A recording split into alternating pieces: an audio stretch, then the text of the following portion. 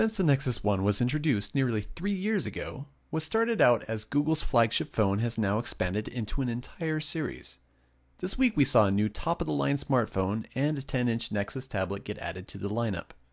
The phone, called the Nexus 4, is, as you might expect, the 4th generation phone to bear the Nexus name, and it's also LG's first term at making one. It will be available on November 13th in the Google Play Store, and you can get it starting at $299 for an 8GB model, or $349 if you choose to go with 16 gigs. By the way, this phone doesn't require a contract, and is unlocked so you can find compatible service nearly anywhere in the world. The Nexus 4 has a rather impressive listing of specs.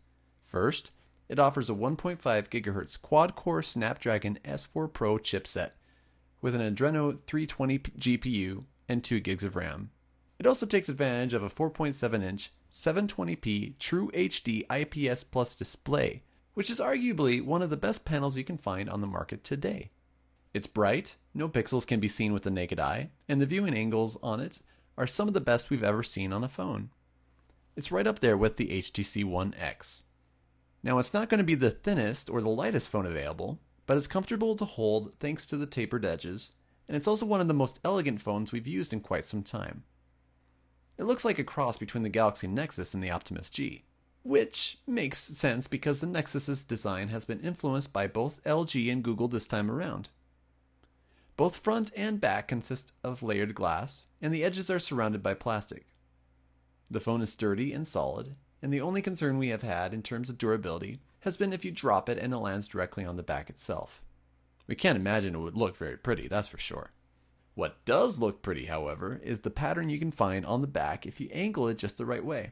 It's a checkerboard-like pattern that slightly reminds us of the Matrix, but fortunately we don't think it looks tacky at all. In fact, it helps add a little pizzazz to the phone's design. On the front sits the HD display with a 1.3 megapixel front-facing camera and sensors on the top, and a pulse notification light on the bottom. There aren't any capacitive keys since the navigation buttons are skipped in favor of virtual on-screen keys.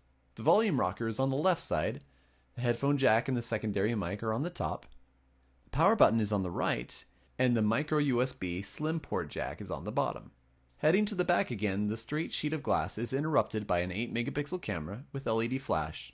It also has the famous Nexus logo directly underneath, and the smaller LG logo sits right next to the speaker. What you don't see is the 2100 mAh non-removable battery that lies beneath. Don't let the size get your hopes up. The battery life leaves a lot to be desired on the Nexus 4, sadly enough.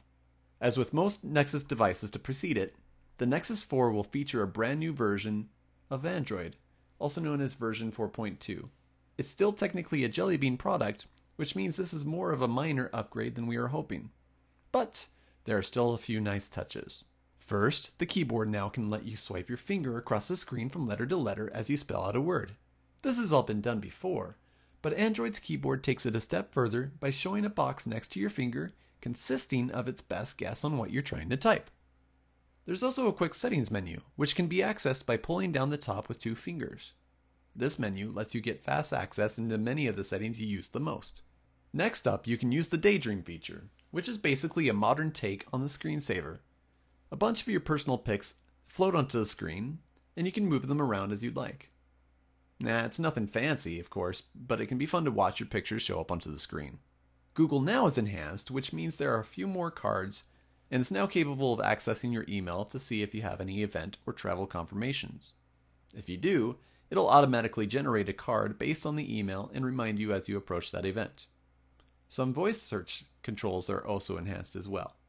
Finally, the camera can now natively support HDR images, and it's also introduced a feature called Photo Spheres. This is like Panoramic Mode 2.0. It lets you take panoramic shots both horizontally and vertically and stitch them all together. And once they're stitched, you can view it as a normal panorama image, or you can explore even deeper as you have the phone scroll through the image for you, letting you just sit back and relax and watch as it scrolls by. Overall, we like the gorgeous display, the new features in Android 4.2, its support for pentaband radio, and the phone's quad-core processor offered decent performance compared to other phones in its price range. We weren't fans of its pathetic battery life, and we wish the Nexus 4 would come with LTE support attached. If you'd like to dive into more details about the Nexus 4, please check out our review on Engadget.com. This is Brad Mullen with Engadget. Thanks for watching.